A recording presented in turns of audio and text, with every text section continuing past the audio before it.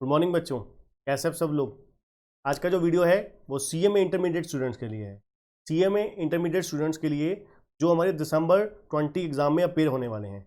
जैसे कि आपको पता है हमारे जो जून 2020 में एग्ज़ाम होने थे वो मर्ज हो गए जाके कहाँ पर, दिसंबर 2020 में। ठीक है जी। अब दिसंबर 2020 में हमारे जो एग्ज़ाम होने वाले हैं उसके लिए प्रिपरेशन कैसे की जाए, स्ट्रैटेजी कैसे बनाई जाए एग्ज़ाम के लिए। अब रिवीजन का टाइम रह गया है, रिवीजन का टाइम रह गया है। जो कुछ आपके पास थोड़ा बहुत सिलेबस रह गया है उसको ओवरऑल कंप्लीट करके रिवीजन कैसे की जाए और एग्ज़ाम के लिए तैयारी कैसे की जाए, इस वीडियो में हम इस बात के ऊपर चर्चा करने वाले हैं। ठीक है जी। और सबसे पहले हम ग्रुप 1, जो हमारा ग्रुप 1 है जिसमें 4 सब्जेक्ट हैं, उसके ऊपर हम डिस्कशन करने वाले हैं 1 बाय 1 कि कौन से सब्जेक्ट पे ज़्यादा फोकस देना है, कौन से पे एवरेज फोकस देना है, किसके तरफ ज़्यादा ध्यान देना है। जो मार्क्स हमारे, जो आपको पता है ओवरऑल जो हमारे मार्क्स हैं वो 200 हमें रिक्वायर्ड हैं। 400 में से out of 4 subject 100 marks each, 400 में से हमें 200 मार्क्स अचीव करने हैं। ठीक है जी। उस 200 मार्क्स का जो प्राइमरी हमारा टारगेट है वो किस तरीके से रखना है, किस तरीके से अचीव करना होगा हमें। ठीक है, तो चलिए बच्चों स्टार्ट करते हैं। देखिए कुल मिला के हमारे 4 सब्जेक्ट है जैसे कि मैंने आपको बताया। ठीक है जी। पहले हम बात करेंगे पेपर नंबर 1 के बारे में, फर्स्ट सब्जेक्ट के बारे में, जो हमारा किसके ऊपर है, फाइनेंशियल अकाउंटिंग। ठीक है जी। Financial accounting. दूसरी हम बात करेंगे कॉस्ट अकाउंटिंग के ऊपर। ठीक है जी। तीसरा हमारा सब्जेक्ट होता है हमारा डायरेक्ट टैक्सेशन, इनको आप इनकम टैक्स लिख देते हैं हम लोग। ठीक है जी, टैक्सेशन लिख देते हैं। चौथा होता है हमारा लॉ।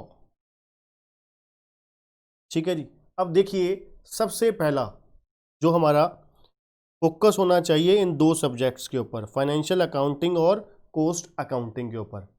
ठीक है जी। फाइनेंशियल अकाउंटिंग 100 मार्क्स की है, कॉस्ट अकाउंटिंग भी 100 मार्क्स की है। ठीक है जी।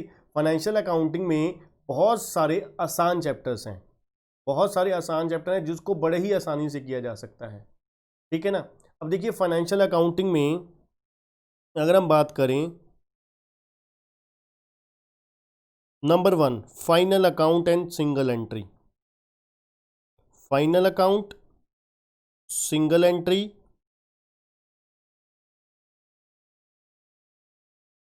और एनपीओ, ये सबसे आपको पता है हाईएस्ट वेटेज वाले चैप्टर हैं। ठीक है जी। सबसे हाईएस्ट वेटेज वाले चैप्टर ये तीनों हमारे हैं। ये एक दूसरे के साथ रिलेट करते हैं। फाइनल अकाउंट हो गया आपका, सिंगल एंट्री ऑलमोस्ट हो गया।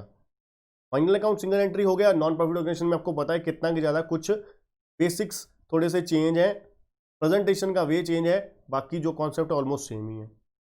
ठीक है जी। उसके अलावा जो सबसे ज़्यादा आपको फोकस देने वाला है, जैसे एक चैप्टर आपका छोटा सा आता है रेक्टिफिकेशन ऑफ एरर्स, इसमें 5 नंबर का एक क्वेश्चन आता ही आता है। ठीक है जी।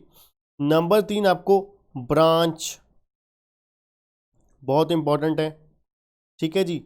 उसके बाद आपका आ जाता है ब्रांच के बाद डिपार्टमेंट है। ठीक है जी। मतलब जो आपके कंसाइनमेंट है, जॉइंट वेंचर है, कंसाइनमेंट जॉइंट वेंचर में से आपका एक चैप्टर आ जाता है। ठीक है जी। कंसाइनमेंट जॉइंट वेंचर में से चैप्टर आ जाता है। मतलब आप लोगों को बाकी, जैसे ये पार्टनरशिप है आपकी,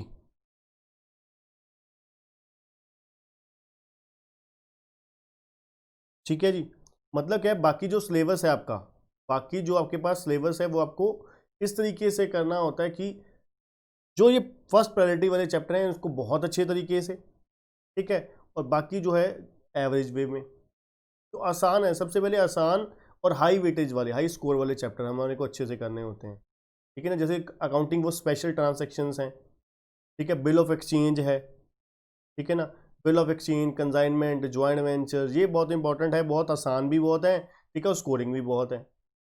ठीक है जी।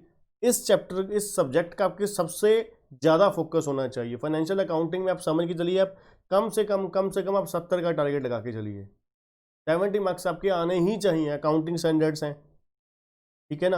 आपका 70 नंबर का टारगेट होना चाहिए, जिससे क्या है आप लोगों को बिल्कुल जो बाकी सब्जेक्ट्स हैं, बाकी जो सब्जेक्ट्स हैं उसकी 20 मार्क्स की जो बर्डन है वो कम हो जाए, वहाँ पे आपको हो बस एक ही सब्जेक्ट और है जिसमें हमने 50 लेने हैं, बाकियों में 40-40 भी आ गए तो हम पास हैं।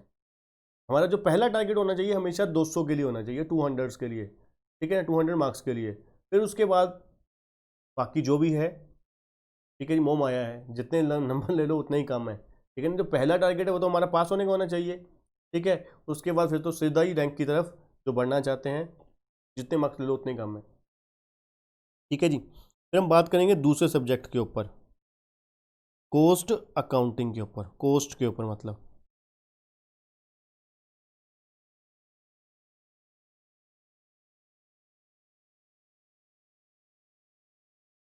अब कोस्ट अकाउंटिंग में कुछ चैप्टर बहुत इंपॉर्टेंट हैं, जैसे कि मटेरियल कंट्रोल,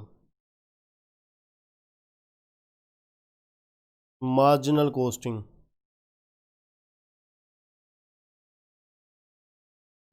स्टैंडर्ड, ठीक है जी, बजटरी कंट्रोल, कॉन्ट्रैक्ट है, प्रोसेस है, सर्विस कोस्टिंग है, ठीक है जी। मार्जिनल कोस्टिंग में से क्वेश्चन आएगा ही आएगा, स्टैंडर्ड कोस्टिंग में आएगा ही आएगा, बजटरी में से आएगा ही आएगा, ठीक है जी।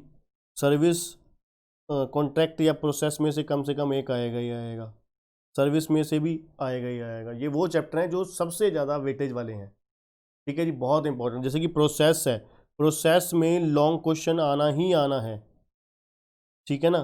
प्रोसेस में लॉन्ग क्वेश्चन बनता ही बनता है, क्योंकि बहुत इंपॉर्टेंट है।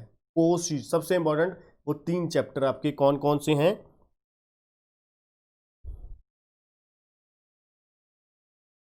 Course sheet, reconciliation, plus non integral और इंटेग्रल, ठीक है जी। इन तीनों चैप्टर की बहुत अच्छी वेटेज है, इन तीनों चैप्टर की बहुत अच्छी वेटेज है, आपको बहुत अच्छे तरीके से करने हैं ये, ठीक है। बहुत ही आसान है। कोर्स शीट हो गया, रिकंसिलिएशन छोटा सा चैप्टर है, नॉन इंटीग्रल में सब मेनली जनरल एंट्री बेस है, ठीक है। और आएगा तो सीधा ही लॉन्ग क्वेश्चन आएगा, कम से कम 10 नंबर का, छोटा क्वेश्चन बनता ही नहीं है। बहुत रेयर केस में होता है कि 5 नंबर में आपको जनरल एंट्रीज आ रहे हैं, वो देखा जाए वो तो सोने पे सुहागा हो गया, तो वो सिर्फ जनरल एंट्री होती है 5 या 6 जनरल एंट्री, ठीक है जी। वो आ जाए तो ज़्यादा अच्छा है उल्टा, क्योंकि बहुत थोड़ा समय लगता है और 5 नंबर ऐसे चुटकियों में हो जाते हैं, ठीक है जी। उसके बाद बच्चों आते हैं हमारे पेपर नंबर 3 के ऊपर। थर्ड पेपर जो है हमारा कौन सा है? टैक्सेशन। मैं पेपर के नंबर वाइज नहीं चल रहा, जो मेरी प्राइमरी फोकस है, मतलब सीक्वेंस, इस सीक्वेंस में ज़्यादा फोकस होना चाहिए। टैक्सेशन, आप लोगों को सबसे ज़्यादा फोकस जो है वो हेड्स पे देना है, ठीक है जी। सबसे इंपॉर्टेंट हेड कौन कौन से हैं? PGBP, salary and capital gain. है तो पांचों हेड इंपॉर्टेंट है, किसी को भी नहीं छोड़ सकते, बट ये तीनों पता है, ये तीनों हेड बहुत ज़्यादा इंपॉर्टेंट है। दूसरे नंबर पे आपका डिडक्शंस, और आपके इंस्टीट्यूट का एक चैप्टर बड़ा फेवरेट है जो 5 नंबर में आता ही आता है कम से कम, रेजिडेंशियल स्टेटस,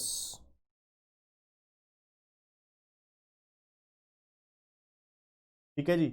अब देखिए यहाँ पर कुछ चैप्टर ऐसे हैं जहाँ पर आप लोगों को सेक्शंस भी जरूर लिखने हैं, कुछ चैप्टर ऐसे हैं जहाँ पर आप लोगों को सेक्शंस भी लिखने हैं।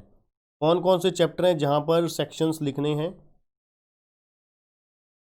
पहला है पीजीबीपी, दूसरा है डिडक्शंस,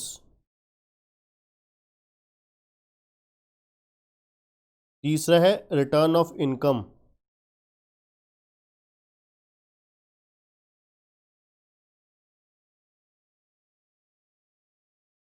ठीक है जी, तीसरा है रिटर्न ऑफ इनकम, और चौथा है क्लबिंग।